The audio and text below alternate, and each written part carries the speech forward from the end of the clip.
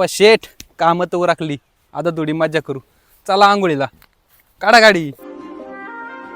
गावाकडे राहायचंय ना, एक प्लस पॉइंट आहे. ज्या वावरात तुम्ही काम करून दमता त्याच वावरातला निसर्ग आणि त्याच्या शेजारच्या एरीमध्ये पोहून तुमच्या कामाचा थकवा दूर होतो.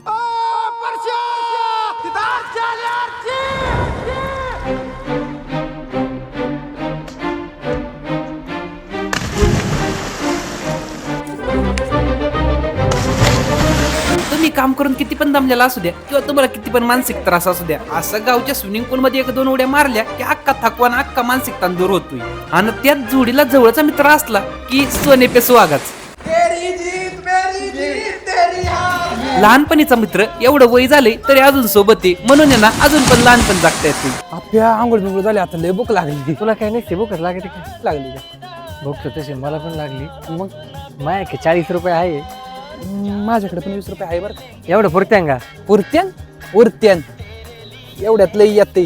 चल तू. काही नाती आहे ना रक्ताची नसतात, पण रक्ताच्या नात्यापेक्षा बी कमी नसतात. जसं की बारकेपणापासून सोबत असलेला मित्र. वेळ बदलली, चेहरा बदलला, अगदी राहणीमान बदललं, पण हे शाळेत झालेली मैत्री अजून टिकून. तुमच्याकडे पण असा मित्र आहे का? आणि अजून एक गोष्ट आहे, आपण काय खातो हे महत्वाचं नसतं, आपण कुणासोबत खातो हे लय महत्वाचं असतं.